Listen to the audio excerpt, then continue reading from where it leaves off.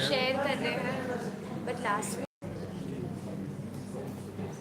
I think now the landscape we problem is don't fixed. know because हाँ exactly we have a feeling एक बार laptop पे सबसे पहले खोल के देख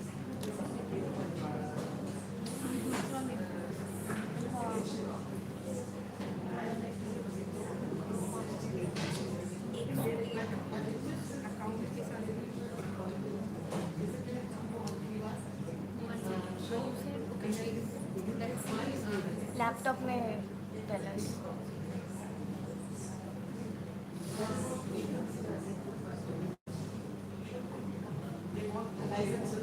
Yeah, you guys sorted it. Yes. please don't keep me hanging like that thank you It's just a link. Sir, we fix the landscape problem. But the link is different. The link is different.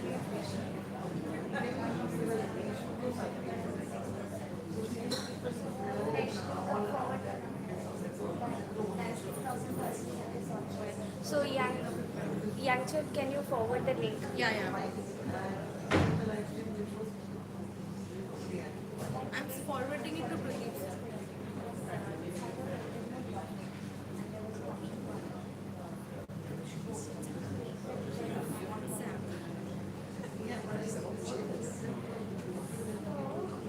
I'm not doing that you're doing it not me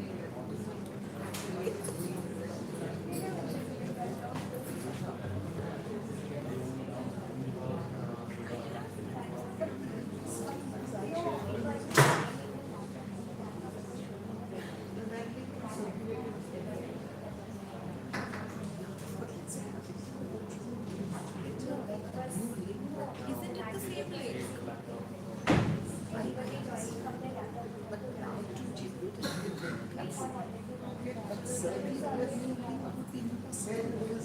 Forward select.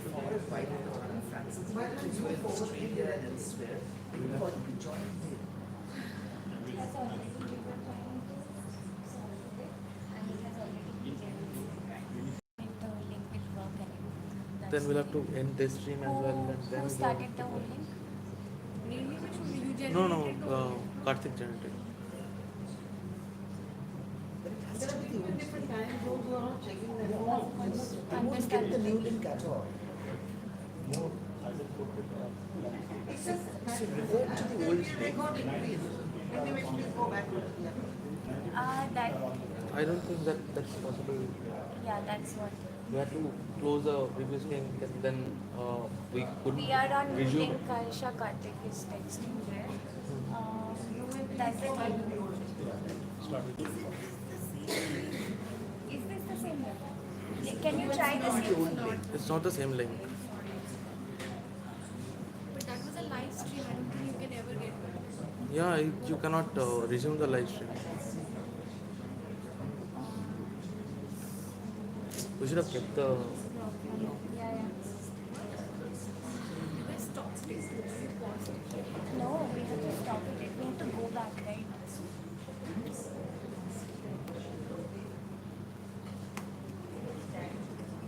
You don't send the link. I don't think it's possible to go back to that You can't link. go It's a to live the link previous created by Karthik Because the problem is not connected, so is it working एक second just check now But it has to be the old link or not, because the new link, it won't be possible to circulate the new link at all to anybody. when Karthik created the link, Karthik had created the link beforehand, right? Beforehand. And you went into that link and Yes, then- you can do that again. no, we can't do that again. That was scheduled on a certain time, and then we had to enter through that link. One of you call me, Karthik को call I'm करो. call Call you call him Call because anyway you know what I don't you have did, right? Karthik's number. Call from my phone. हाँ.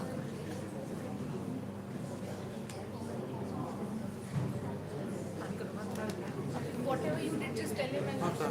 I think he generated. I think it's busy. Hello. Hello. Hello. I think the call has cut.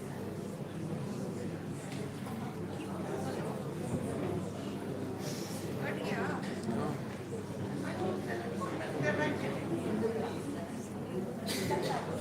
Karthik is right. Yeah, signal Karthik is calling.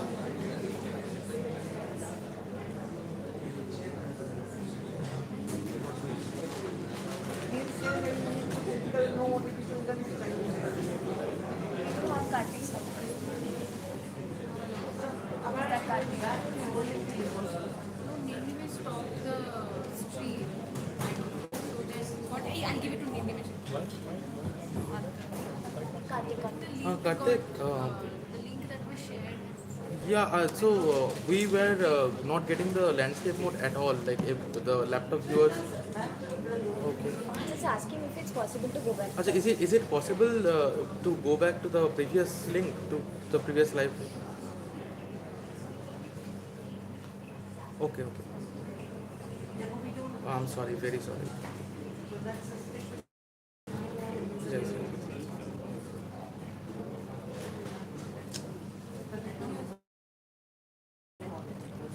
Forward the link. Yeah, forward the link. Cannot get back to it. No, no. She's trying to. You can't go back.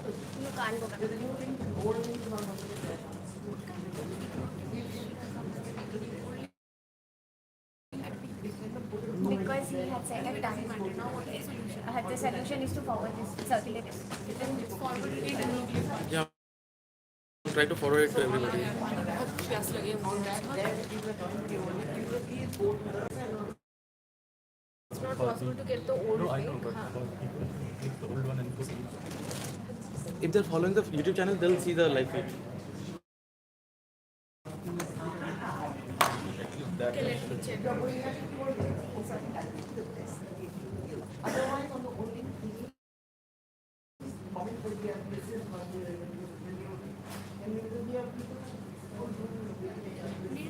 Have you forward the link? Yes. Forward it to Karthik. Now the net is not working. ये क्या हुआ? I had connected, but I think that was not. Let me first share this.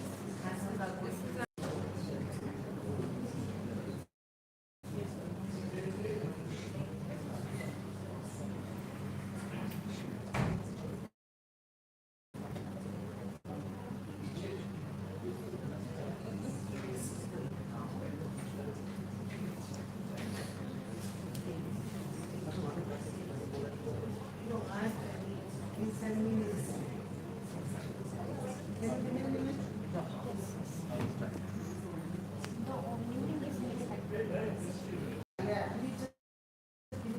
We're extremely sorry. There's a little bit of technical glitch, and there are a lot of relatives of Manjali who are joining us online. So give us 5 to 10 minutes more, please.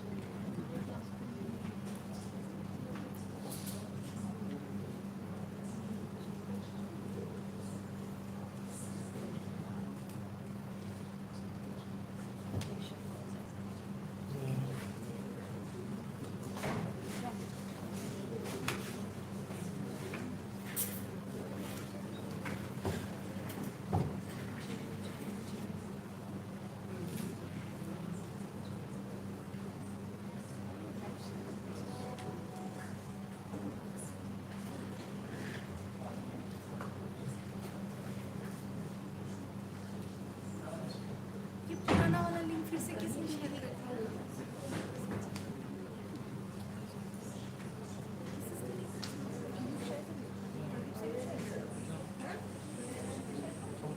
Link का It's done. The link is there. The link is there. Have you received the link?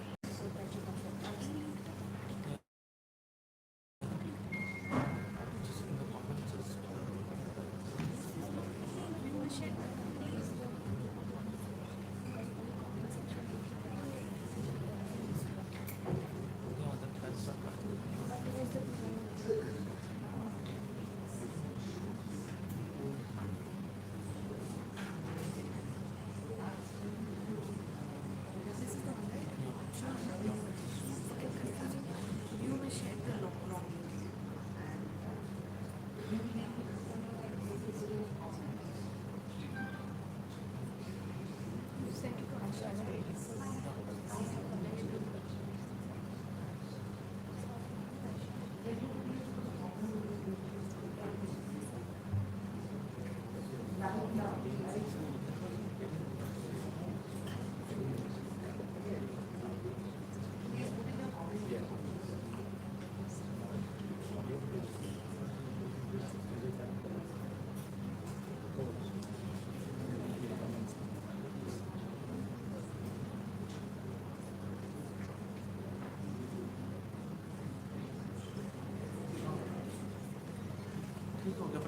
It's a new link.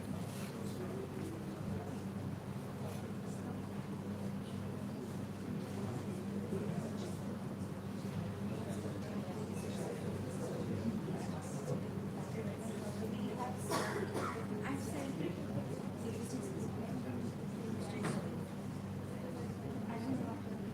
JNU.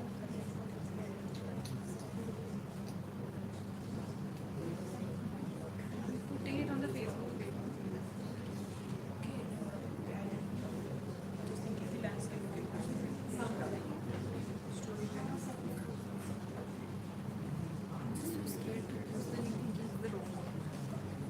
These are actually. Which word there is?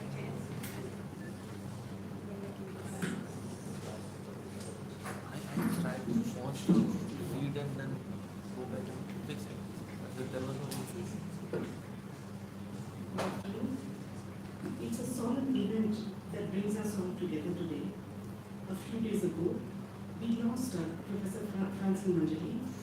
In Professor Manjali, many of us found a colleague, and some others have found a friend, and the university as a whole found an excellent academic. In his passing away, therefore, we've all lost somebody very close to us. I've personally had the occasion to attend an orientation course in which he gave a lecture, and what he spoke about in those days has remained with me and has helped me in my teaching and academic pursuits. I understand that Professor Manjali joined the center as a student in the late 70s, and he did his PhD with under the supervision of Professor Anita Abi. He submitted his thesis in 86 and joined the services of the university in 89. And he retired in November 2020. So that's just about 2 years ago, 2 to 3 years ago, less than 3 years ago. He made a tremendous contribution to the intellectual life of the university and school through his innovative courses and the conferences, workshops, and discussion groups that he organized. Therefore, the university has actually lost a gem in his passing away. I know that most of his colleagues and many of his students are here, and they are all waiting to share memories about him. It's an occasion for us to remember all that he did for us, for the university, and as a friend. Therefore, I request Professor Pradeep Das to chair the session and conduct the process of remembering.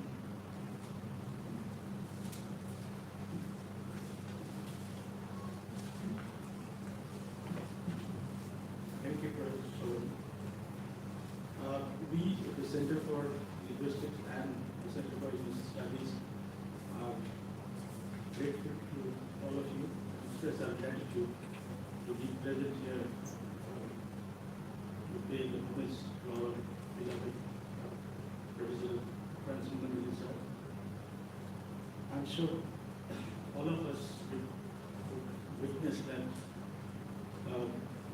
the social media was just flooded with messages from his students, from his colleagues, and the message was, of course, expressing their emotions, and the emotions, every message that you read would definitely make you sound very differently, because nobody accepted, or nobody, I have not accepted it yet, but it is true that it was very difficult for us to bear the loss. I'm reminded of Professor Sagat's message in the last word that he has written, that rest in power. I think that indeed is a great expression to show our anguish to the Almighty that this was not his time at all. So,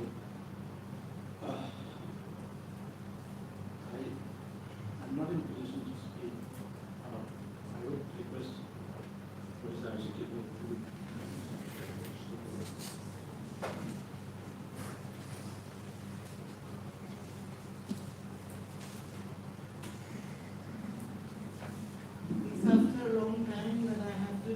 trepidation to speak about Franson and about the topics that were close to his heart, because though he was not at all terrifying, it's a matter of great sorrow to me.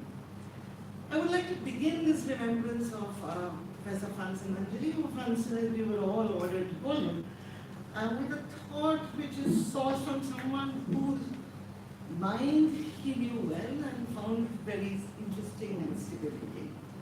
The philosopher Nietzsche, whom Franson edited a volume about in 2006. This is a fragment from Thus Spake Zarathustra. Many die too late, and some die too early. Yet strange sounded the precept, die at the right time. Die at the right time, so teaches Zarathustra. To be sure, he who never liveth at the right time, how could he ever die at the right time? Would that he be never born? But the consummating death I show unto you, which becometh a stimulus and promise for the living. His death died the consummating one triumphantly, surrounded by hoping and promising ones. Thus should one learn to die. And there should be no festival of which such a dying one doth not consecrate the oaths of the living. So in these lines, and again, given the august presence here, I speak with repetition, Nietzsche emphasizes to us the importance of dying at the right time. While one's life still calls for celebration, while one has a rich legacy that those who have been left behind can still learn and profit from.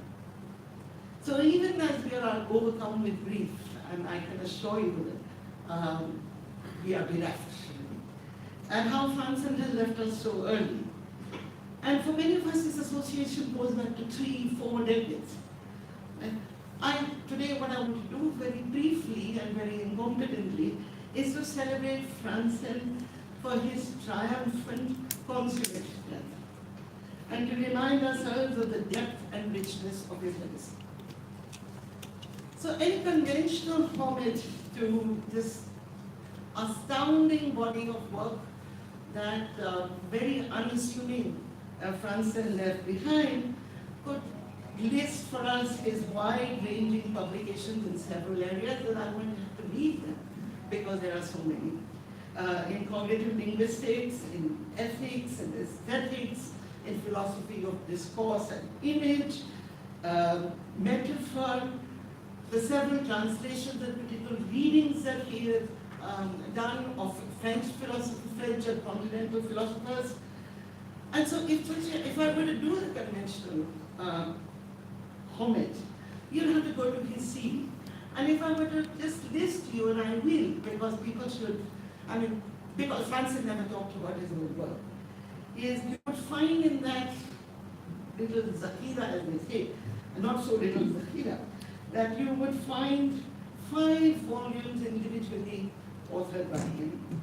The titles: Labyrinths of Language, Philosophical and Cultural Investigations of 2014, Language, Discourse and Culture, Contemporary Philosophical Perspectives, in 2008, Literature and Infinity from 2001, Meaning, Culture and Cognition from 2000, Nuclear Semantics from 1991.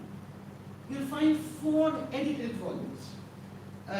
Philosophy, Language and the Political, Post-Structuralism in Perspective in 2018, which is co-edited with Marc Breton.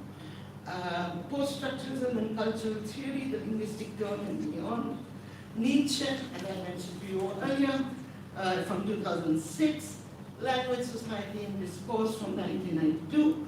Plus, you will find 2 very important translations from French, the Philosophical Chronicles by JNU, and the Morphogenesis of Meaning by Jean Petitot.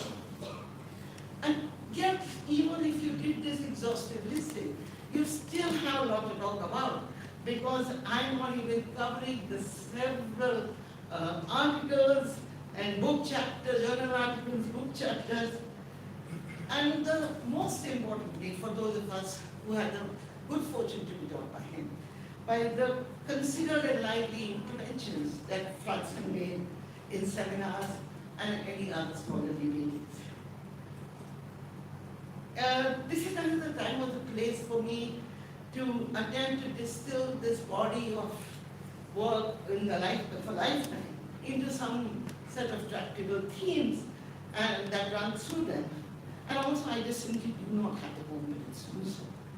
But I want to direct us, because it's rare occasion when linguistics and English are one center again today, together.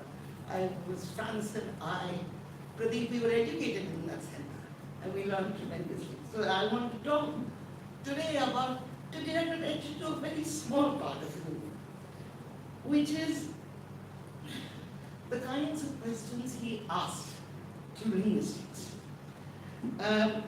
And about the practice of linguistics per se. Because I think these questions, even if they are perhaps not fully intelligible in the way that I phrase them, is to demonstrate how vital his presence was for research in the Center for Linguistics. These questions were often the subject of his courses and lectures in the center, and it's in the interactions with students and colleagues, it was mainly because of his intervention that the research in CLE and then later CL was distinct and relevant to what's called global scholarship in general, to the humanities and social sciences. So the questions that Franson asked were deceptively very simple. And they were often, they were often posed from a contrarian position. They persistently demanded that linguists who live, who have a lot of bread and butter discipline, that they can choose to locate themselves in the discipline of the humanities, in the discipline of the cognitive sciences. Most of these questions are extremely hard questions. And the most terrible thing about them is that they're extremely difficult to formulate, and very few of us have the courage to be able to ask them. So let me give you a sample of these questions. So, Franson would ask in his Introduction to Linguistics class, what is the study of language? Now there is a one-line answer, right? But and then to that answer, Franson would ask, is understanding the morphology, phonology, syntax, lexicon, social linguistics of language, is it really meeting the goal of truly studying language? So is that indeed the study of language? Especially if you proceed, and most people in modern linguistics do, start thinking of it as a universally available, cognitively egalitarian resource, which we take it to be the source of our cognitive and human equality, that it also underlies the compacts that we make in societies and culture, and it is also the instrument and the window through which we can, the human mind itself can investigate itself. Another question, what exactly is the relationship of language and then linguistics to meaning? So, and actually, what is meaning? So, again, there are answers that we can get, which is there is metaphorical meaning, there's social meaning, there's cultural meaning, there is, there are typologies of meaning, and all of these we like to pretend are in different levels. But does it even begin to describe what meaning truly is for the thinking, the inquiring, the listening, the speaking mind? The most damning question, which when I was young would send me into absolute hysteria, was what is modern linguistics? Right? Where does it come from? Does it spring, as we believe, sui generis from the obvious facts of language in the real world? Or is it an immutable truth? Or does it have a history? A history that is perhaps not about language at all. And in its history, as a modern science, is it, which is the alliance that many of us just wanted to proceed with, are there hidden stories implicated in it of exclusions, and are they sourced from less than savory concerns? In fact, Franson would ask, should linguistics be a discipline at all? And all my colleagues gathered here, and the large numbers of people who mourn him, and who have had the good fortune to attend his work, and to listen to his lecture for 30 years, Franson's relentless repetition of these questions in different forms from different philosophical positions always ended up in a really good fight. So they caused tempers to be raised, they made authorities, everybody flung around authorities, and everybody, after weeks and weeks of discussing this, would be thoroughly fed up of each other. Fed up of the topic, because there was no way to close this book. So, but in each of these very lively conversations, and students, and all of us as students have records of how you would get Franson to stop lecturing, because a 2-hour class was a 2-hour 45-minute class for him, and placing the question at the right moment to be able to get the class over in 2 hours was something of a challenge. Also, Franson's question papers were legendary. I read one account of somebody having the paper went on for 5 hours. Some people left issued books out from the library, right? Because it was an open book exam. I came back and wrote the answer. And another lovely story of Franson found himself completely shocked, handing out the grades. He had given somebody an A+. He was completely surprised. He said, well, how did that happen? So, there are all these stories, because in Franson's classes, in Franson's debate, everything could be said. And perhaps that's the greatest compliment one can give to it. There was nothing that was unsayable unless you, but only reason when you couldn't speak was if you had not thought about it, if you did not respond to anybody's point. So it should be therefore no surprise that Franson was a much loved teacher, a much loved PhD supervisor, and PhD supervisor. But also the fact that he enabled all those categories that we bandy around as things that this university stands for: social disadvantage, gender disadvantage. He enabled a voice for every single one of those categories, but not as a voice as representative of their identity, but a voice that represented their distinctive mind. So with Franson's retirement in November, my colleague and I both, all of us will feel that not seeing Franson in the corridors was a tremendous loss for us. And some days will be there for the last 3 decades. But in the years that have passed since then, we have felt his loss more and more. Because it was because of Franson that he belonged in the center, in this university, that the dialogue that we could have with the social science and the humanities. For me, and I will end very soon, there is someone for whom I was the first batch of students of Franson. I've learned from him all my life. I've done it kicking and screaming because Franson and I had very serious intellectual disagreements, but never personal. But he was the first teacher I learned to call my name. He was the first one who demonstrated to me that answers are only good enough if they deepen the question. So if they lead to other questions. And it's from him that I learned how to be a faculty member here, which is to understand that the only gift I can give a younger colleague is to give them a generous and hospitable platform.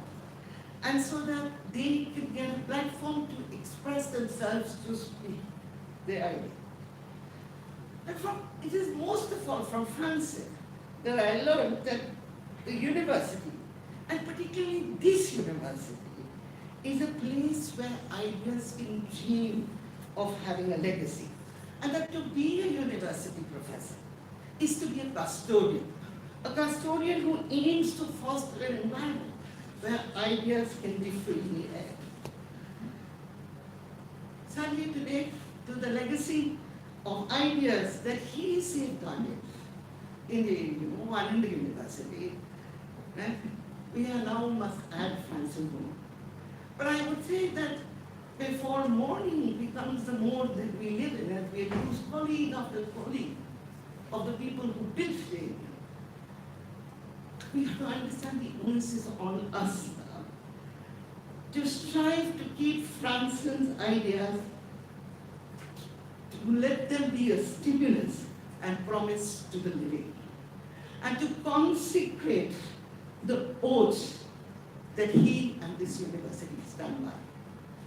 Thank you.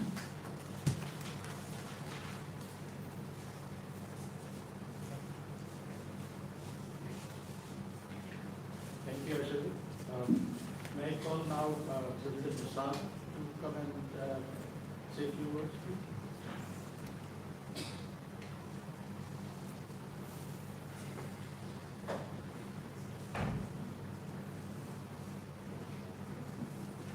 I haven't spoken about Franson after his passing. I haven't written about him. But there were very few like Manjali. Because I really don't know how to begin. I don't know what to say. Franson, when I go back a very long, to 1979, when I joined as a part-time teacher in the Center of Linguistics and English.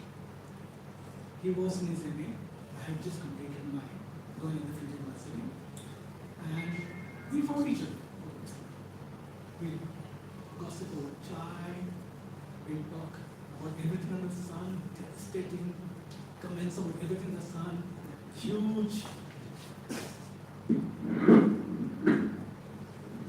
We gossip about everybody. They were great sessions. He had things to say, and so did I, because I was in a completely new environment, and which really, with Imtiaz Hussain and some others, we spent time in my room because part-time teachers also got their own rooms then, and I'm sure they still do, and we just sit around chatting. And then he went away after his PhD, didn't see him for a while, and comes back with completely different attitude, completely different orientation to his discipline and to mine. He came back saying, oh no, we shouldn't be Anglo-American in our orientation at all, we should be continental, we should be French, there's so much there. And he tried to convince me for literary studies, there was nothing beyond the French, that I should actually change everything that I did. He and I, we realized we had the same meditations with the same questions, we had the same attitude still, everything.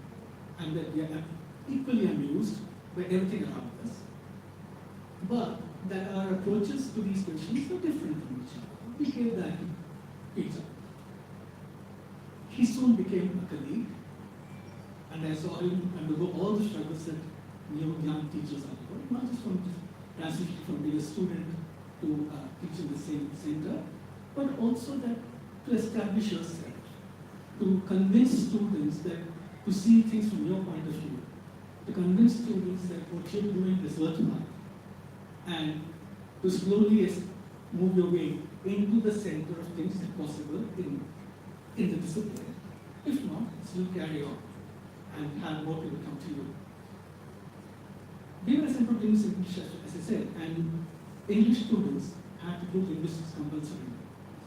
And I always liked it when they did the introduction to linguistics course with Franson, because Franson taught literature, he taught language, he taught philosophy. And whatever the students learned from that, whatever little or whatever, or if they got it all, they gain so much from it. I should really encourage students to go and chat with and do Franson's courses for this reason and this reason only. Because sometimes people compare and say it's too high, it's too deep. I said, okay, Karlo, you'll gain. So Franson, I realized that as Franson carried on, over the years as I watched him, he established himself as a very serious, formidable scholar, but also as a very good teacher who influenced people students across generations. So the same, and as he became a scholar, we still carried on with our cups of chai and comments about people and quips and one-liners in the corridors. I realized we always met at the margins of seminars, at the margins of faculty meetings, at the margins of our two centers as they became. Curiously, I think we spoke a lot more, we spoken a lot more to each other in the last 2 months leading to our retirement and after our retirement. Because one of the things I should say that we discovered soon after we met was that we shared the birthday. We were born on the same day, same month, same year. And that creates a kind of bond between us, which is why I think we just, anybody he had this bond with everybody else, but this kind of special kind of bond. And so we carry on being amused by everything around us, talking about it. It no longer was amusing. Till that time we were sharing our news, so everything that's about the world around us. The months leading to our retirement to the COVID months and the online teaching months, and we kind of hated all that, and then what happened afterwards. We disliked everything.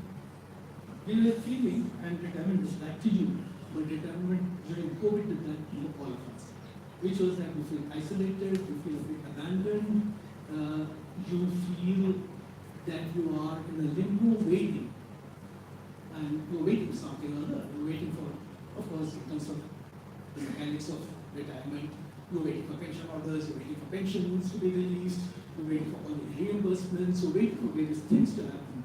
And it's so odd, all this, it's so absurd, this levels of administration. And we still find the occasion to smile about that, to complain with it. But also waiting for people to call, waiting for things to get normal, waiting to be in classroom, in a conference room, interacting with people. I think that waiting also takes its toll. And then if there's some ill health, waiting for it to get through, waiting for everything to turn over right, it's a lot of waiting that happens. And especially on campus, you feel it even more, I should think. Franson got tired of waiting. He went too soon. Even soon, as I also said, I've known him for more than 24 years, and the most we ever talked to each other in the last 2.5, 3 minutes. And now it's all stopped. We went too soon, and I can only say, rest in peace, Franson.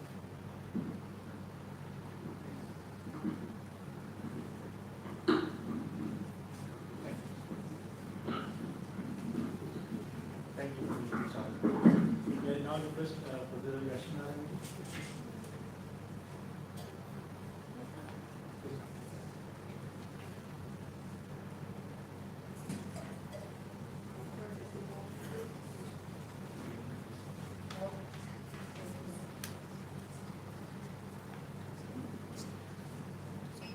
Hi. It was really shocking to hear what happened. And for me, personally, I felt, oh, Franson, how could he go so soon? My first reaction was, how could he? I mean, he's much younger to me. And look, I'm still here, walking around, driving and doing things. How could he go away? I mean, for me, that was the first reaction, and felt, miserable that evening, me and my husband, both of us, and we've known him for what, 45 years, 50 years now. So it was, first of all, it was very difficult to come to terms with the fact that Franson was gone and gone too soon. So since then, we started talking about him, reflecting on what it's been like together for so many years. And today, Aisha has spoken all about his after, let's say, 89, 90 persona, much loved by his students, and his classes were so engaging, and the fact that he would have a 9 to 11 class and I'm standing outside the classroom at 11:40, Franson की class खत्म होगी तो मेरी शुरू होगी, he would always overshoot, and invariably he preferred 9 to 11 and I got 11 to 1 slot, and we had this Franson please, and I would note and say and may again. So that is the persona Aisha has talked about, and but the earlier Franson was quite different. 1979, as Prasad said, 79 could be, and he was probably, if not the first, I think the second batch in linguistics. And I was already teaching. I was teaching in a different institute, Central India Institute, but I was registered here as a PhD student. So as a student, I used to come here. They only thought this is, faculty wife and a student, so a different kind of an equation. But Professor Kapoor suggested once that why don't you take a few lectures? You are teaching social linguistics there, you are teaching applied linguistics there, why don't you give a few lectures there? So all right. So PhD students used to lecture there. So I remember some of those classes, a few classes, not a full course or something, a few classes, and Franson used to be very vocal, and he would, in one of the classes particularly, I remember, I said, at the end of the class, I said, Franson, what we can do is, there were a few students, not many students, so I said, Franson, these are the points that I wanted to cover, and I started, and these are the references. All of you take it, discuss it, and come back, and next class, again, we will have a discussion on it. So that suited everybody. Everybody liked it. Okay, notes and then we will talk about it later. And that we really enjoyed discussing, those points in another session and yet another session and so on. But after that, of course, I taught very little when Franson was a student. But as a fellow student, because I was finishing my PhD when he registered for his PhD. So he used to come and ask for very, very mundane, simple things. How do we go about this? And those were the things which were not his cup of tea. And anything administrative was not his cup of tea, ever. Even later on, even as chairperson, he wouldn't, fit into that frame at all. Because for him, what he did, asking questions and asking students to ask questions and deliberating on that was his forte. He was very, very strong there. But anything administrative, he would say, what do we do now? I completely lost. So that was, one aspect of him that we discovered. And we know, Franson है ना कोई बात नहीं है, admin बोलो वो they should be stronger, they should know what to do and so on and so forth.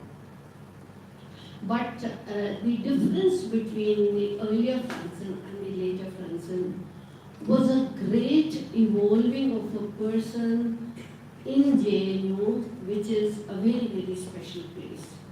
I personally am a very proud JNUite, and I feel the kind of intellectual freedom that all of us get here, the students and the faculty and everybody on the campus. That is something that he was the best example of that. Because initially as a student, okay, fine, I didn't see much of anything special, but later on, the evolving of a person, responding to the social issues, responding to the psychological and the issues, the philosophical issues, language, culture and cognition under these 3 words, a number of his courses would fit in. And obviously they had to be 3 or 4 courses because an MA student cannot do language, culture and cognition as one course in one semester. That wasn't possible. So it would continue with a colon, a subtitle and another course and so on. So that evolving of a person into a very, very independent kind of independent thinker, that we saw later on. And this is something that will stay with JNU, with students, and in our thoughts and in our minds. Rest in peace, Franson. You will always be remembered what you were and what you became here in JNU.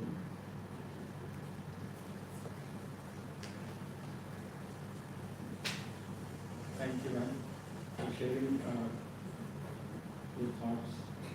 May I request now Professor Salim to please come and say a few words.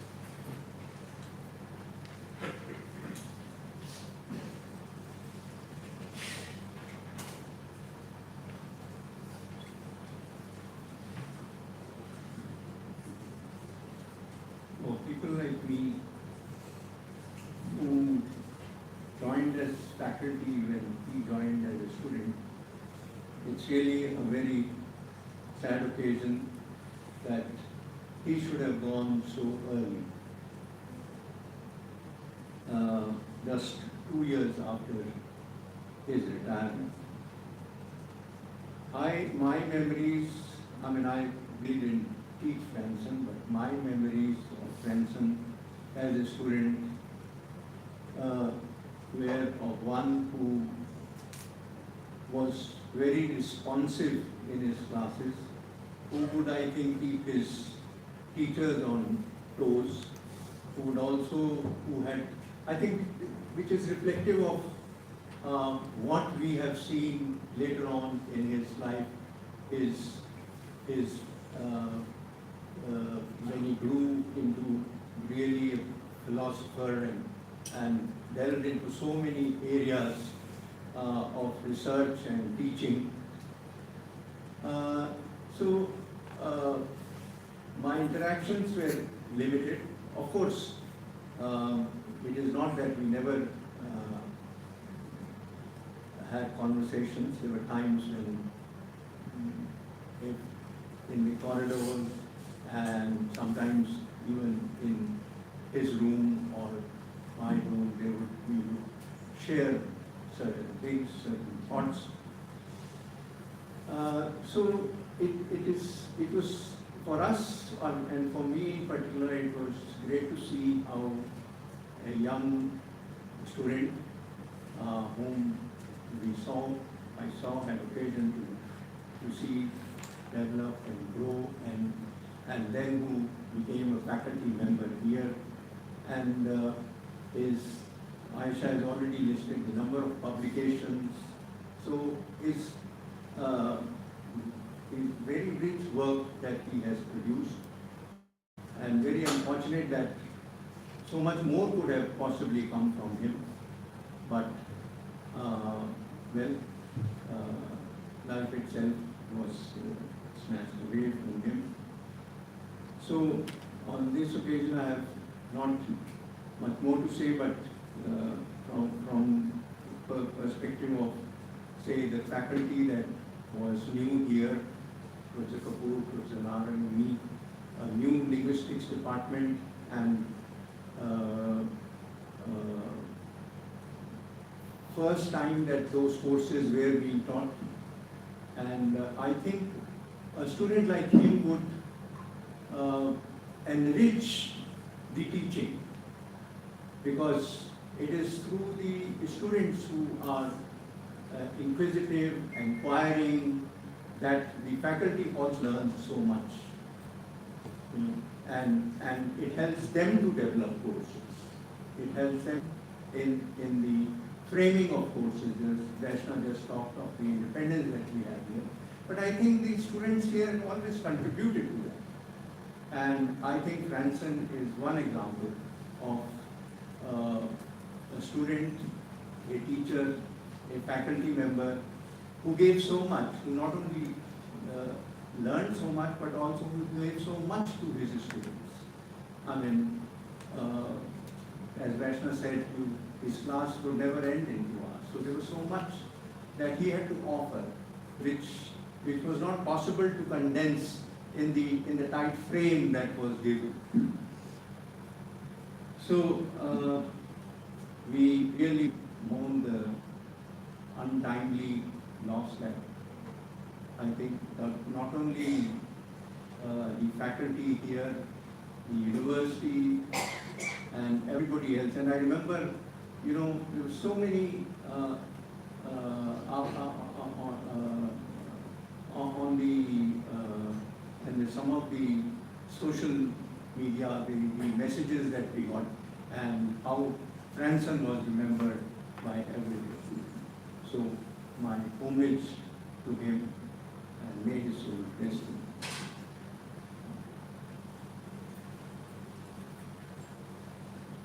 Thank you, sir. May I now request Professor Dhanjay to start and share some thoughts?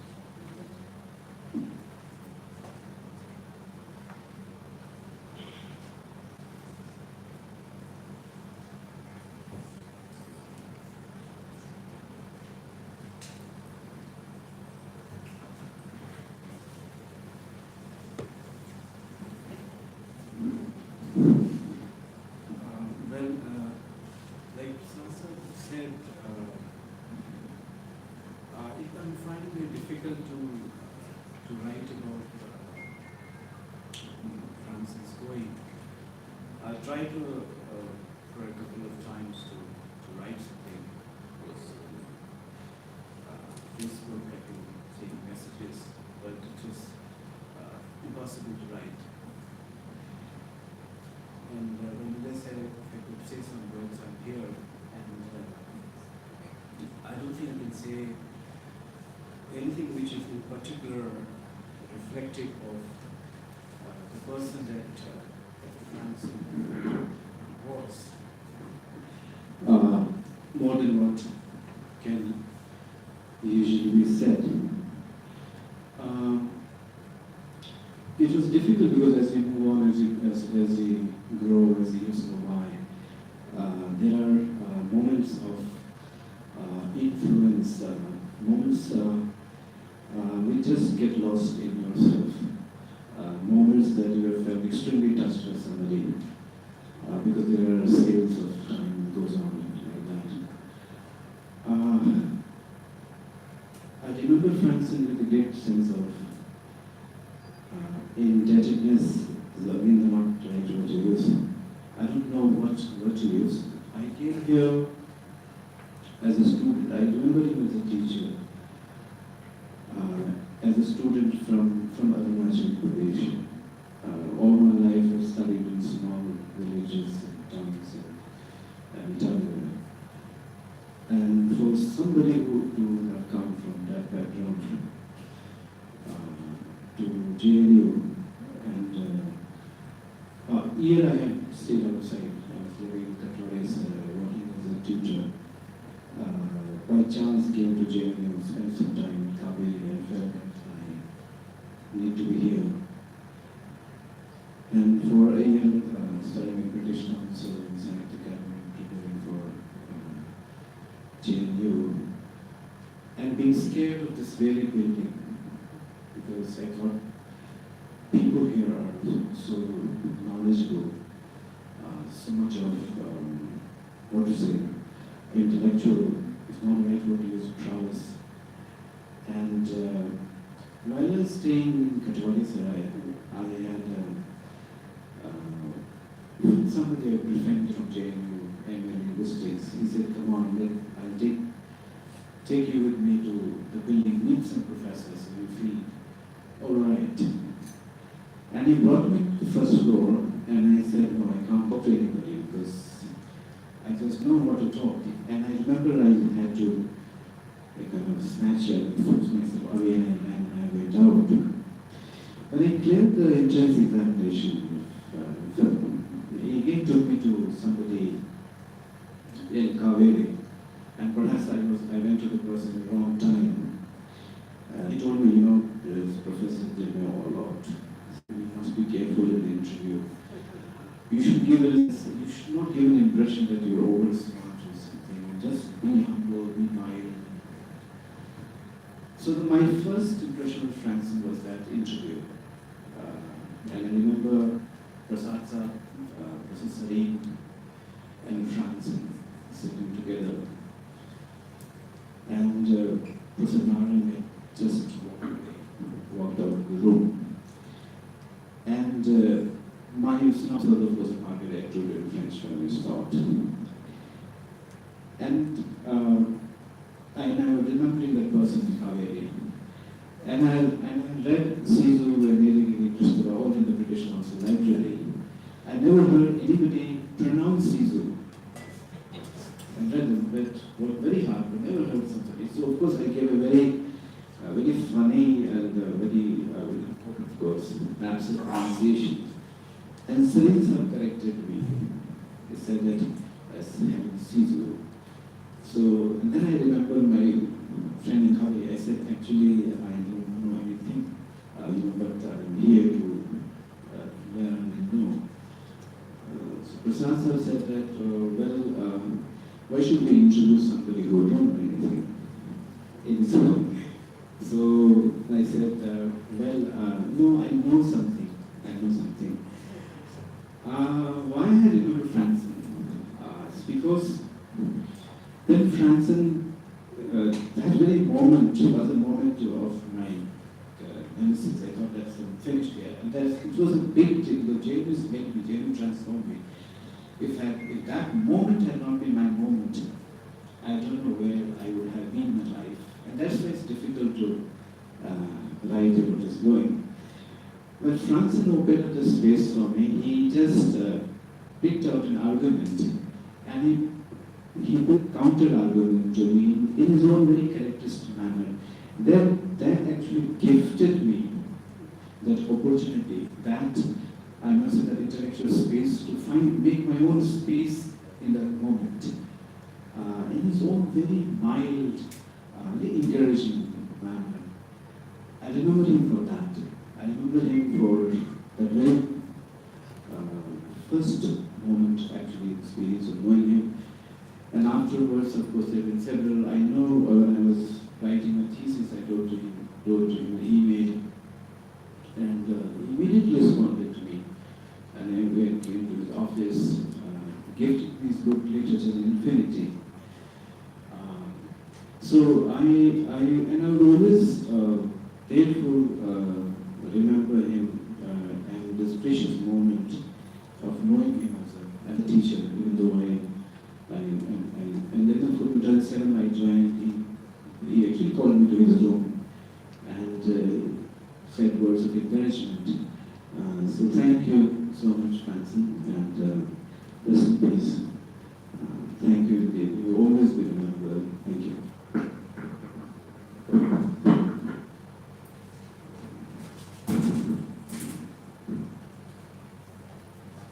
Thank you, Manjali. May I now call Mr. Babu to come and take your speech?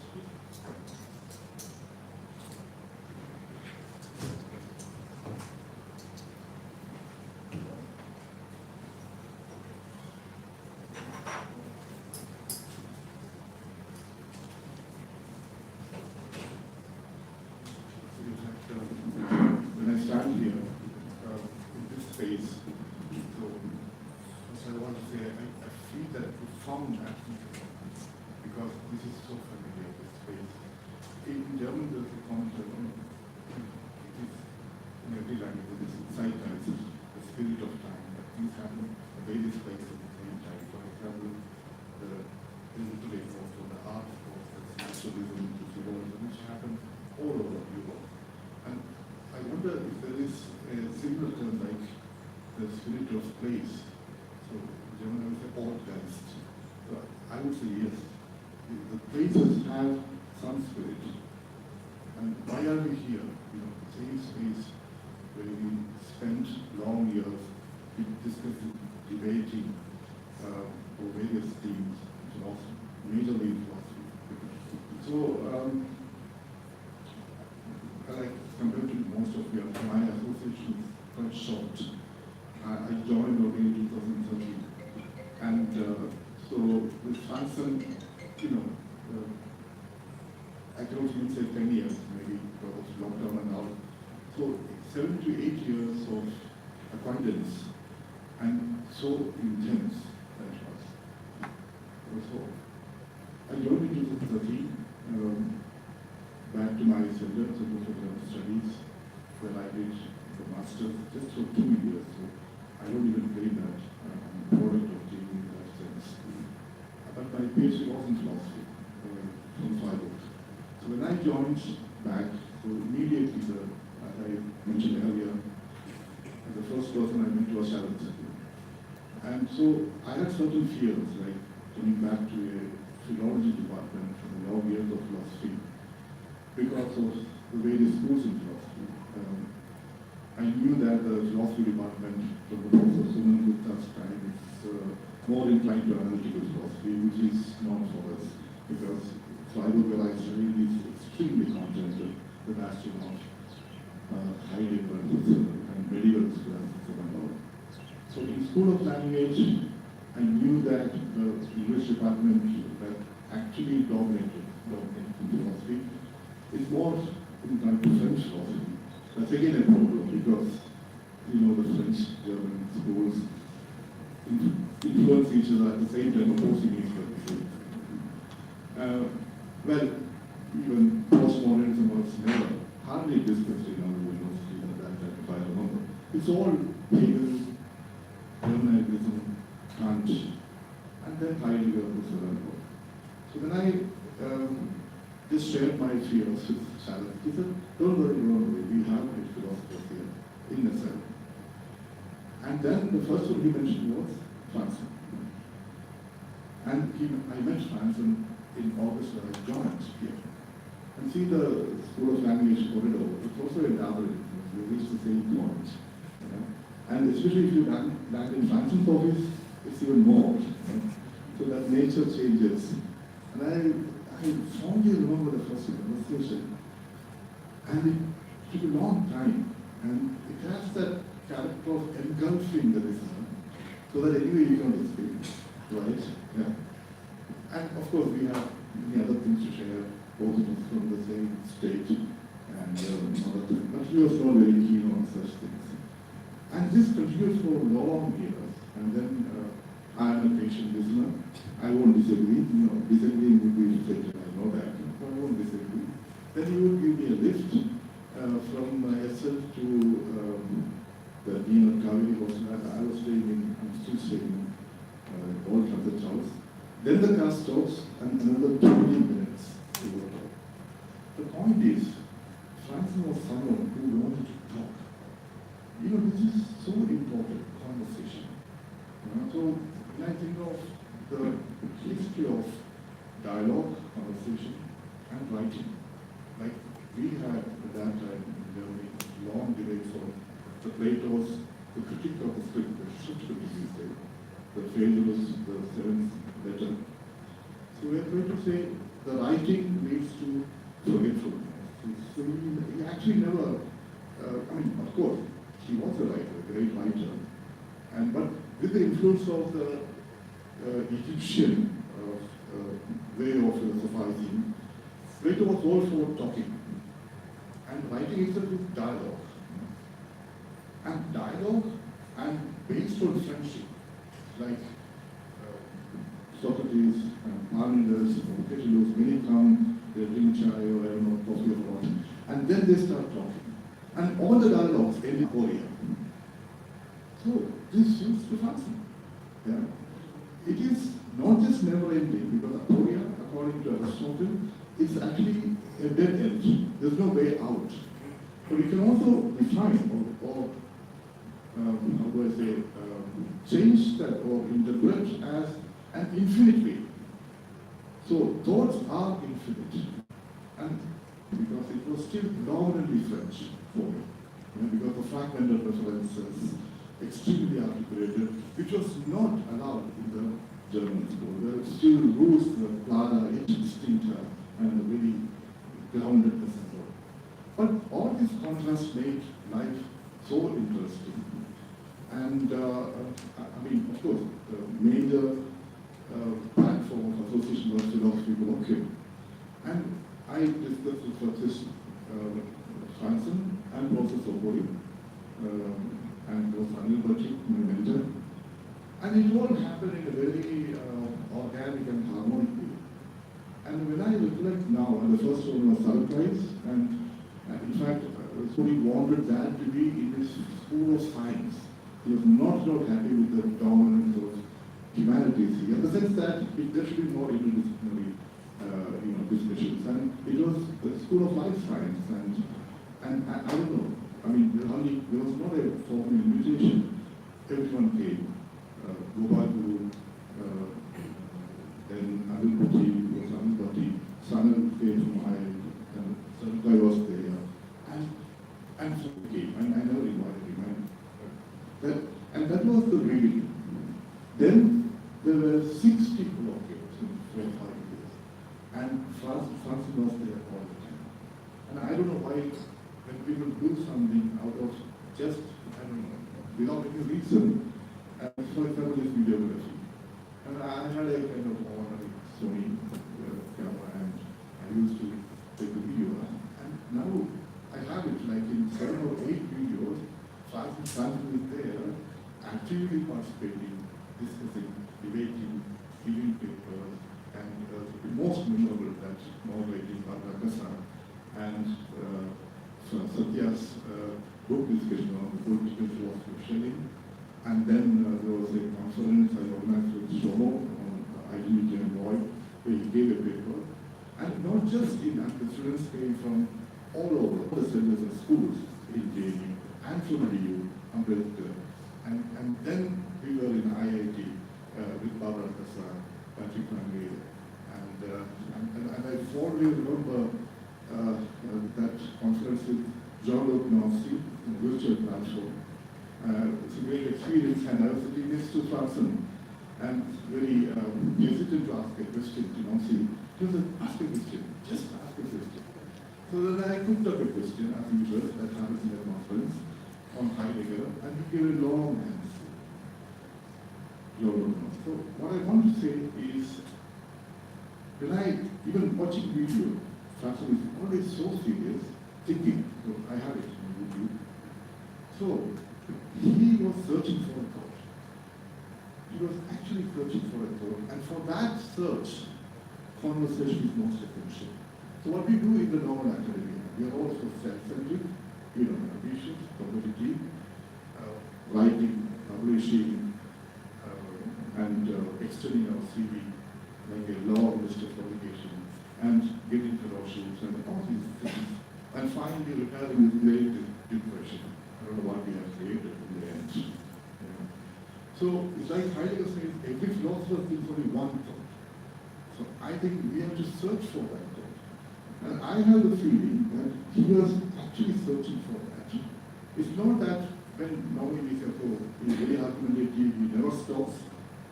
So you cannot be saying, no, he was actually so interested in others' thought. Always. This I was observing, because I could observe because I was not arguing with Franson. I was observing Franson, actually. And one moment I always remember, very cherished, that was 2014. The beginnings are always, you are very enthusiastic. That was the time when Shomo joined. And Satya released that Weight of Violence, which I hope you remember, in the library hall, and we all walked back, and Franson introduced me to Shomo, and Satya was there, Sanan was there, and many others showed up. So we had this discussion about Satya's book. And I was just thinking about, at that time, I was actually working on the pre-Cartesian genesis of reason, the medieval scholasticism, and the time and the philosophy, and the 16th century, and before that, and see the Inquisition, the Spanish Reconquista, and all the violence and the atrocities that happened. So I just made a remark, and referring to this, reason is born in violence. Immediately he got that thought, yes, reason is born in violence. And I was so surprised, because normally the academics would not maybe dismiss such thoughts of the person. So this I know even later, because later I was desperately trying to bring in the kind of discussion that I could also participate. That was, the knowledge and reference. Like, the question is how the cognition transcends the limits of language and reach the objects. Because when you work within language as a linguist or a philology, and you are caught in a labyrinth of language also, I must say. But philosophy is not just language. I mean, I was more interested in the pre-verbal cognition, pre-verbal knowledge. So, and then the role of semiotic and semantic. These are all very, very basic questions. And also the Nietzschean and the metaphor. So, and even metaphor, as Nietzsche would say, points to a crisis in the language. The problem is, all these are, very fundamental, but in JNU I was afraid to discuss this because these are very obvious things. Normally people don't discuss the obvious things. Even though we in philosophy we discuss only the obvious things. Yeah. But Franson was ready for that. And that was the last discussion I had, one of the last discussions I had with him. Yeah.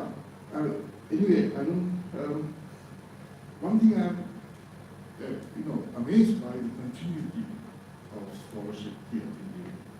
Because I came here as by chance, it was a coincidence, and also went back to Kerala. I also wrote a letter, come back to JNU so we could start something, translating poetry. So it was so personal, I came back just because of that. And now I'm here, so I thought for 10 years. So this continuity, like we all remember that from Gilles, Chakotapati and many others, to Franson and many of you.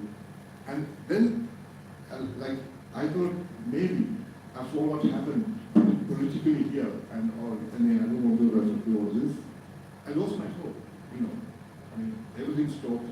Satya's Agora stopped, my colloquium stopped, and a lot of all the rules we had, in academia. So, and then in the COVID, the lockdown and all. So, whether there could be a continuity after all this. And now, after the COVID, again started this reading books with one of the most promising students of English department, Sefa, CPT, and so gave me books, and then we organized a time reading group, and I started the reading group. And this, he used to call me and for a long time. I told Franson, and he was extremely happy. He was so happy that he could continue. So Franson always told me, there should be always activities. Not that I have this conference and publication, I got what I want, now I can apply for scholarships and get something like that. All this extremely personalized and individualized. No, it is not. So finally, I mean, the cradle of philosophy is Greek. It's all about friendship and dialogue and conversation. So I don't know. I mean, I would say we should not give up, first of all.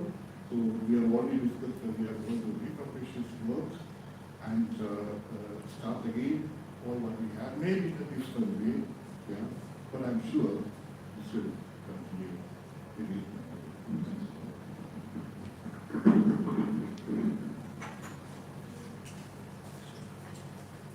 Thank you, Professor Baru. May I now call Professor Sonu, please, to come?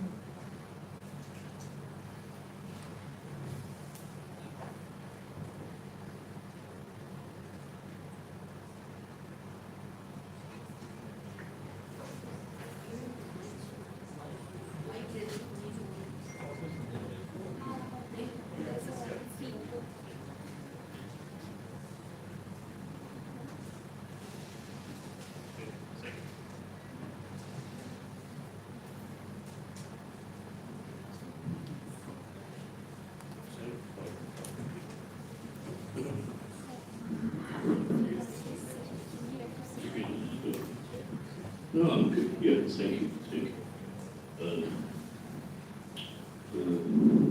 Yeah, it's course, very strange to be in this very familiar room without Franson. And Franson being the reason why one is in this room.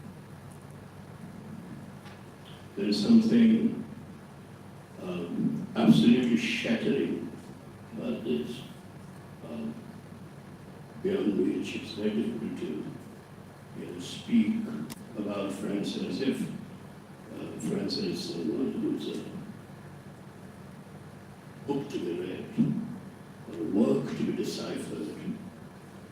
In that sense, to speak at a distance. The very preposition about makes one feel so wretched, and one is overcome with such melancholy, such sadness, that the only way to speak about Franson can, particularly in this room, can only be through Franson, which is what I will try to do very briefly. Of course, the biographical context to this is that I was a student of the School of Languages at that time, the Center for Linguistics in English. Some of my old teachers are sitting here. Franson joined as a young faculty, and I, in the late 1980s, was a relatively old researcher. But in JNU, of course, we all know that the difference of age difference is crossed over every day quite fluently, silently. And so to be friends with someone a little older, or even to be friends with someone who is in the official hierarchy of faculty, is not unusual at all. So someone like me and someone like Franson became friends over time. I remember Franson sitting, though we hadn't really spoken much to each other at that time, he was sitting during my MPhil Viva with Professor Hardeep Singh Gill, my supervisor there, and JPS, the external, and so on and so forth. But in the course of things, almost imperceptibly, I and Franson became friends, became fellow travelers, colleagues, but most importantly, interlocutors. People who not just speak to and with each other, but also listen to each other. Someone to whom you speak with the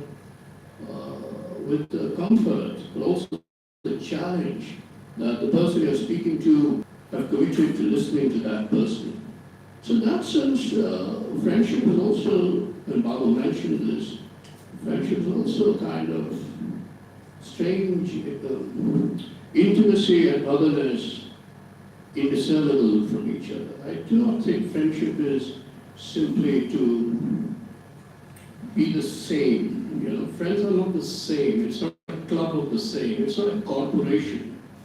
It's not a managerial idea. Friendship is an open form of otherness and infinite speech. And Franson was, in that sense, over these many, many years that I spent so much time with him, and particularly time spent in this room, in this SL committee room, was a time spent in and through speech. A kind of speech which can only be thought of in the third person. It is never my speech or yours, your feet. You just step, your toe gets a little, moist with a murmur of water. But with that little moisture that words bring, there is the warmth of thought, and also surely the cool and the calmness of thought. makes you a vital being. You don't just live, but you live in and through thought. And Franson was someone who brought that little warmth and that wonderful calmness to thought and made thought possible. So, just to go back to 2 or 3 things that I recall he saying. In this room, also, around here, we call it JNU. JNU is nothing but an open space of speech, always coming from somewhere else. JNU is always somewhere else. I doubt JNU is here. Here is somewhere else. In that sense, there are just 3 things I'll recall with you today and go back. The first thing is, one day, I forget in what forum, but I think in this room, during some sort of a discussion, I think the discussion was about well, it's a big word, which I don't want to, make Franson, wherever he is or is not, or at least his memory, make it fidget with jargon. He hated jargon. But let's simply say that it was a kind of epistemological or academic discussion about theory. The need for theory or the difficulty of theory. And Franson, in a kind of aphoristic way, in a brief moment, which is exactly what an intervention is. An intervention in speech is always a brief aphoristic moment, but which is also a blinding moment of, brilliance. Franson said, one must always resist theory. That is something that has both stayed with me, but has meant something for me. It's not as if Franson explained this, but I think I have a vague sense of what he meant. I think what he meant was, don't think thought can be made into an object. What we think about can all be saturated or reduced to objects, because theory really deals with objects. Theory is always a theory of objects, whether that be social science theory or linguistic theory or even literary theory, art theory. Nevertheless, theory always is a reduction of something much broader, something much more aphoretic, as Babu said, to objects. And to that extent, Franson said, resist theory. The second context, I think that was not in this room, but probably, maybe, I don't quite remember, maybe during something that was going on in the academic, the administrative block, occupation of power. Who both has power and occupies power, whether it be at the level of the state or at the level of a university or even at the level of a individual department.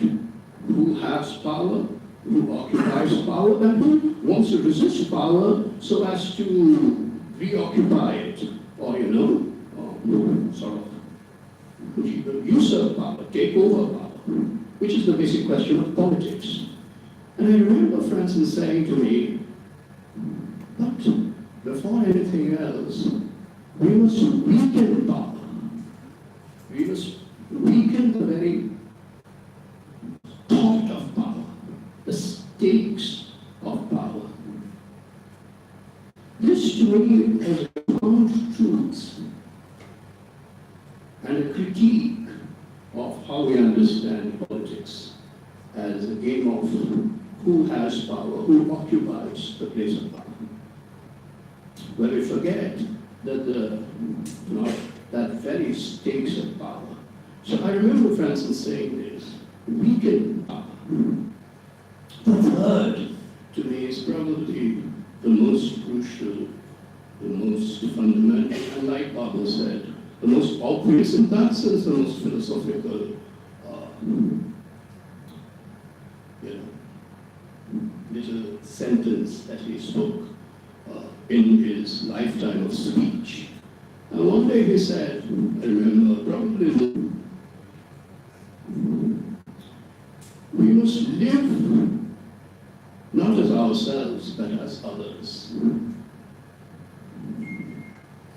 I think we were discussing a poem, and a line from the poet Rimbaud, where Rimbaud says, I is another. In that context, Franson said, and it's a statement of existence, but also ethics. One must not live through one's identity, but one must live through one's difference. In that sense, one must live with friends, insofar as to be a friend is to really live in and through difference. So yes, at the end, I will say that I have lived with Franson as a friend in this precise sense of living in the middle of a kind of differentiated, infinite speech, cut short suddenly in the last minute by one of the interlocutors falling forever silent. It's in such a moment that, of course, one has to suddenly, rethink Aristotle's famous dictum, in the midst of death, we live as immortals. We suddenly, hardly does one think of one's mortality, because life would be impossible if one did that moment to moment. But when a friend is not with us, indeed we are reminded of our own mortality.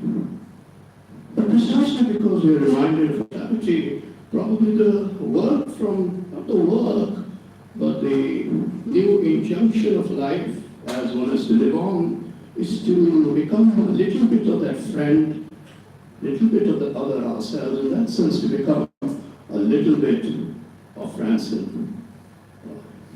In this room and outside, all of us becoming a little bit Franson. That much. Thank you for your attention.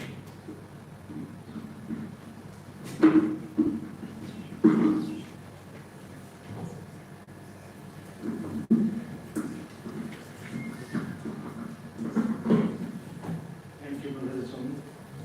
Wonderful to listen to you, sir. Now, can I call Dr. Satya, please, to come?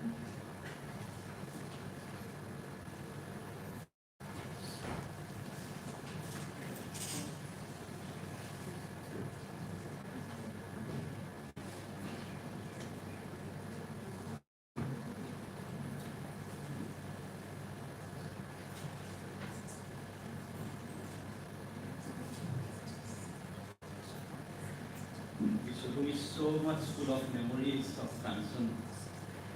I can't imagine that I'm standing here without him, despite of all of you standing here or sitting here. It feels so lonely without him. So I know that I will not be able to speak to you without getting down. So I have written a short text, so I will help to use short text in his memory. So this is the phrase that he really loved from Michel Decky, myriad voices. With what words, in what trembling language am I to speak to you today? On a day that we call memorial, the day when I am to remember Franson reaching on this day. For he is the one who taught me above everything, and none but he alone, this most beautiful word called the immemorial. In what language does one speak who now has to walk all alone? All alone.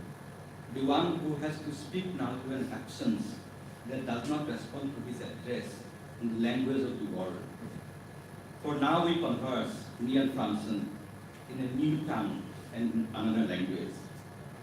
We now sing to another tune, a relation not measured by the years of this earthly life, a relation made up of an infinite conversation. What to remember, what to forget. Unless it were the memory of the immemorial, for he taught me more than anyone else, and he alone, this beautiful word, immemorial. For he alone, more than anyone else, opened up for me this dimension of the immemorial. It is this that we share, sharing the unshareable, and we shared it together, and yet each one of us singularly, with distance and proximity between us, contrary, wherein lies this enigma of the immemorial, and its intrigue, its indelible secret, its invisibility to the intelligibility of the world, and its inaudibility to the clamor of language. In the intellectual world, which is increasingly getting divided by specialized areas of knowledge, where each area appears to us like an island, delimited from all sides by waters, Franson remained a kind of enigma to many of us. A strange figure whose strangeness paradoxically had such an ineffable attraction that it invisibly and imperceptibly drew each one of us to be ever nearer to him. This alone perhaps explains why Franson never had any enemy, but only friends, even though not too many. What was unique about Franson, his ineffable singularity, was his infinite refusal to be pinned down by any truth, by any system of knowledge, by any concept of cognitive mastery, by any discourse that can be neatly arranged within an already constituted regime of disciplines, by an interiorizing act of memory that will reduce him into an item of our substitution. This singularity consists of ever transgressing the limits of any given systems of knowledge, of geopolitical territories, of the constituted orders of any given moods of being, living, breathing with us, and sharing with us the air of the earth. He nevertheless remains Papier, an individual without papers, without passport, to speak philosophically and spiritually. He self-effacingly is. He affirmed himself, his own existence, only such self-effacingly. This paradox is difficult to understand. Franson himself understood this affirmation of self-effacement as an essential fragility. The understanding of his own existence and human existence as such, as fragile, made him restless. Such was his restlessness that he ever grew present in it. So restful was he in his restlessness. In all his restlessness, restlessly transgressing discourses of knowledge, he studied chemistry, then journalism, and semantics and semiotics, the philosophy of language and whatnot, opening up each border and closer in turn, only to open up still another limit in turn. He, however, remained patient in his restlessness. For what was so unconditionally exigent for him was how not to be totalized, how not to be incorporated into any form of totality, whether geopolitical or discursive. He remained ahead of us, all of us in this respect, in a fashion that is singularly his, in his actions and in his thoughts, bearing it about him, something like an excess of non-knowledge. The solitude was at once so painful for him, and yet liberating, as if this pain was the only condition of possibility of his own existence. From this enigmatic depth flowed his love, in his own fragile way, in a fragility that was at once firm and rigorous, something that I saw him maintaining alone in such a fragile fashion. He loved this world, all the beautiful flowers on this earth, and the children of mortals, as he loved specific individuals in each one's irreducible individualism. And he loved the world to the point of being unbearable, bearing this unbearable pain to the point of being holding himself responsible for the suffering of the world, as if as it were. The world was becoming too much harsh for his angelic soul, or rather he was becoming too beautiful for the world. So restless beauty, resting entirely in this restlessness, so that he continually ventured steps beyond in ways imperceptible to many and visible only to the few. And so imperceptibly and so quietly, he lived his life like the faint murmurs of evening breeze.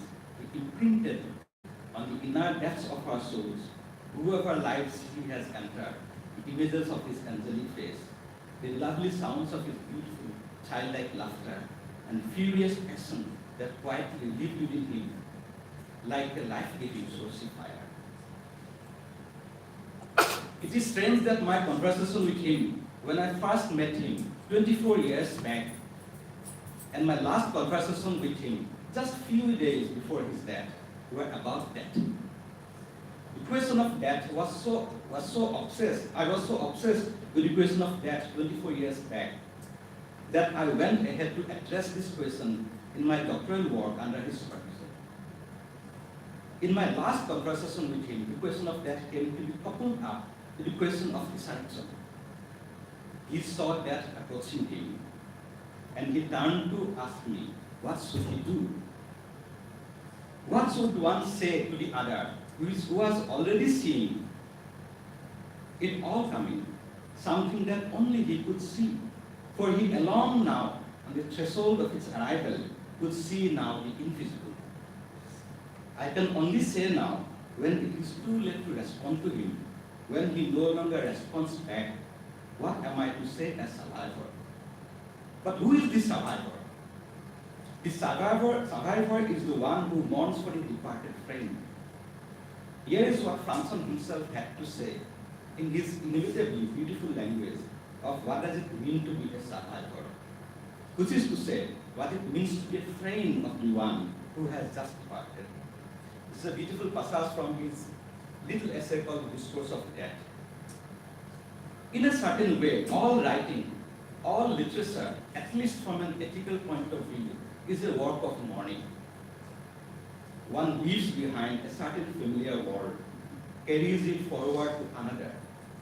Friendship, fidelity gives way to survival, from what he called the politics of friendship.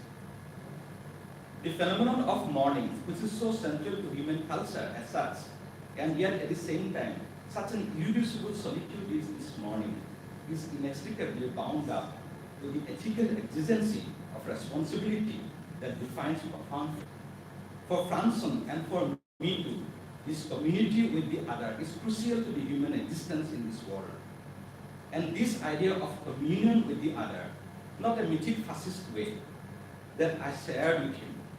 And this was the most important question in my infinite conversation with him that lasted all throughout last 24 years and still to continue beyond that. In the time that has remained for us.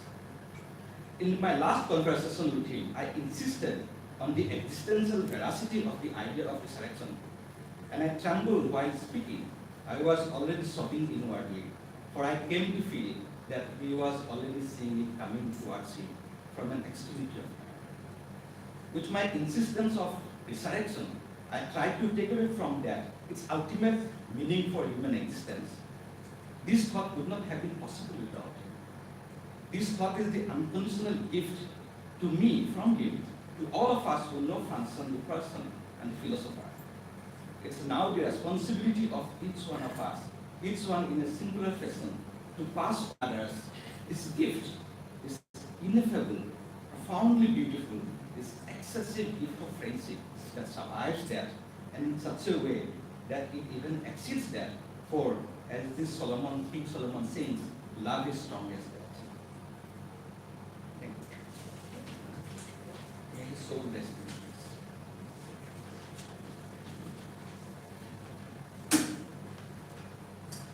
Thank you, Satya. May I now request Mr. Roji to come, please, and say a few words.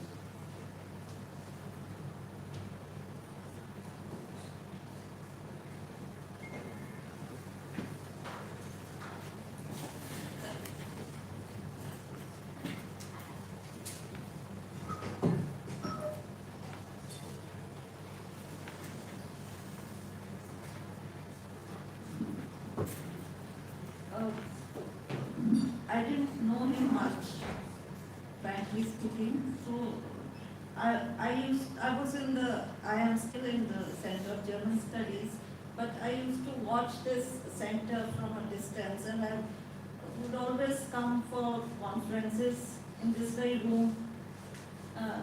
Soumya just talked about this hall being full of memories, and suddenly those memories come flooding back. And like as if those memories were in the attic, and all of a sudden there is a flood of memories, they just come out. And I remember in this very room, there used to be this table here, and Franson would often, but he was always participating in conferences, and if he was not speaking, he would be sitting where today Aisha is sitting. He was always sitting in the front, and he would always be listening very carefully, very attentively.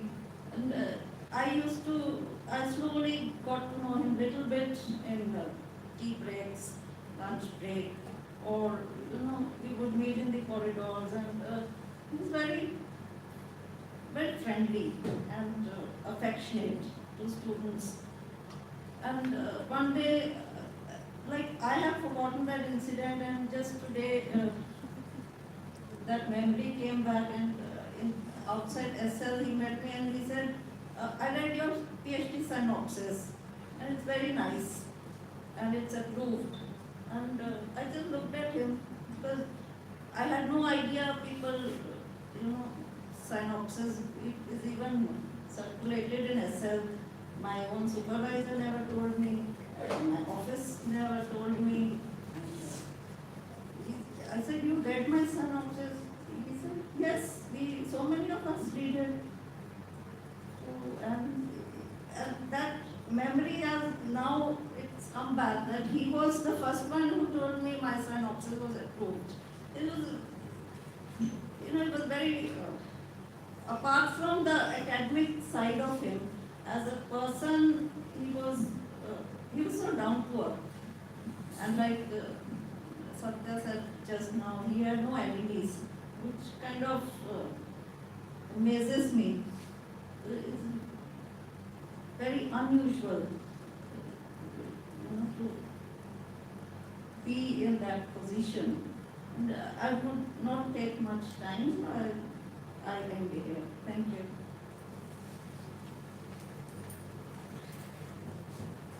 Thank you, Professor Reddy. Now the list of people who is supposed to come and speak, I think some of them have said that the floor should be given to anybody else who want to volunteer and come and speak about Professor Manjali sir.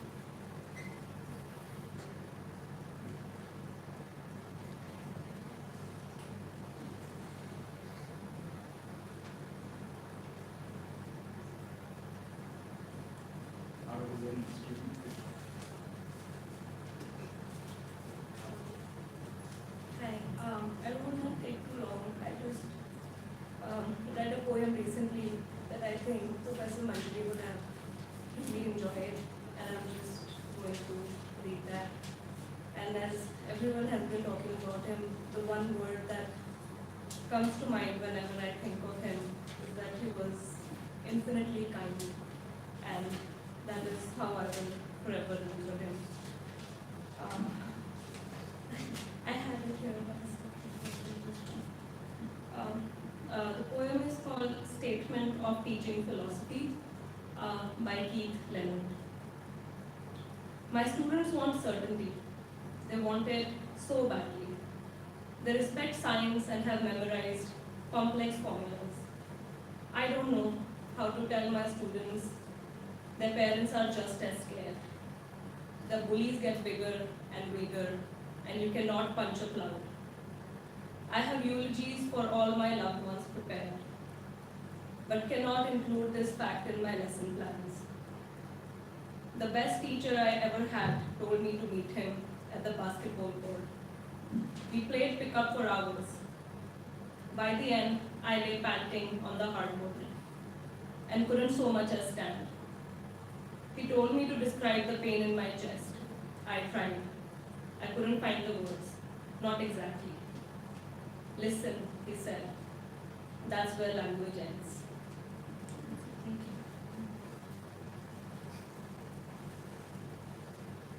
Thank you, Sakshi. Anybody else would like to come and speak? Please come. Yes, sir.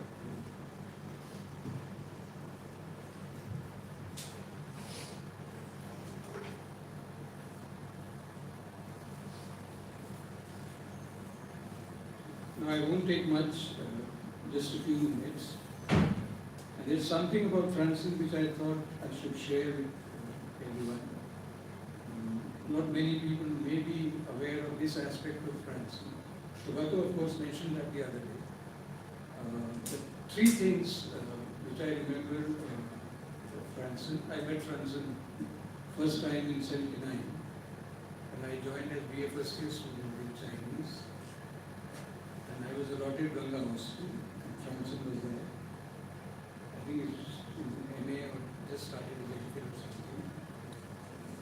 And then he asked me, so you are new here? I said, yes. So what subject? I said, Chinese. So he said, do you know how to play table tennis? So I said, no. So he said, then why are you learning Chinese? So he invited me that same evening to the recreational room on top of the mess in the Ganga Hostel to play table tennis with him. Of course, I have never held table tennis bat or something like that. He was a terrific player. And he could stand 5 feet away from the table and keep control of the table and the ball. And those who have seen him play table tennis, they will wonder how agile he was. And I think that agility, that being agile, stayed with him till the end. Maybe more intellectually rather than on the table tennis table. So that was one thing which I wanted to share. And say, two more things very quickly. I still call him a typical JNU for two things. One, that he'll always question everything, and he'll make you also question everything. But more importantly, why I think that he was a typical JNU because he was very accessible to students, in particular to his colleagues. Intellectually, personally, as a friend, he was always accessible. And I think these two things I identify or I associate with being a typical JNU.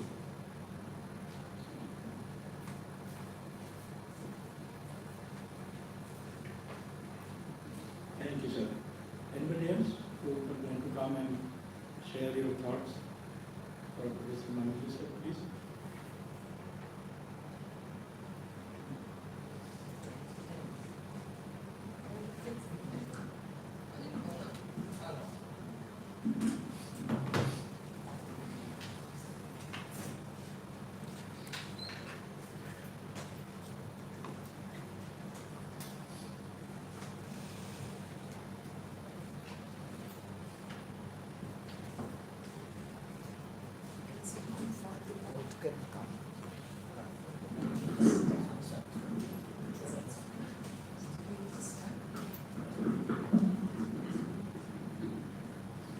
Hello, everyone.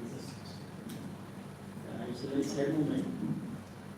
I'm saying hello to a teacher and my colleague, and I don't think that I would have been able to even pronunciate the names of Nietzsche, Habermas, Lyotard, Wittgenstein, and Foucault, Derrida. So much I have learned from him, and I come to know, sharing that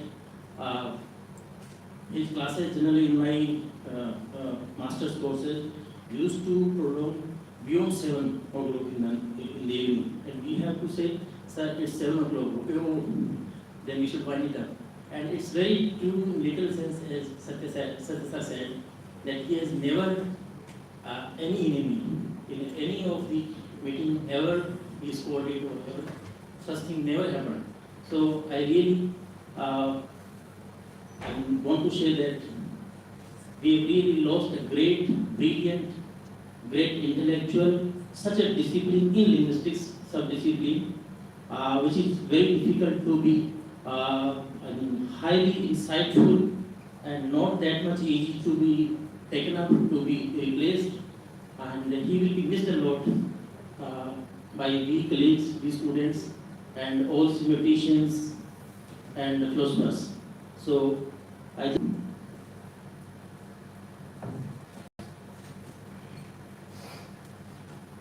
thank you, Manjali. So, again, we, the Center for Linguistics and this will be expressing our gratitude to all of you to be part of this tribute to the linguist, and we firmly would like to close this meeting now. And the tea and biscuit is there outside for your refreshment. Kindly be part of it.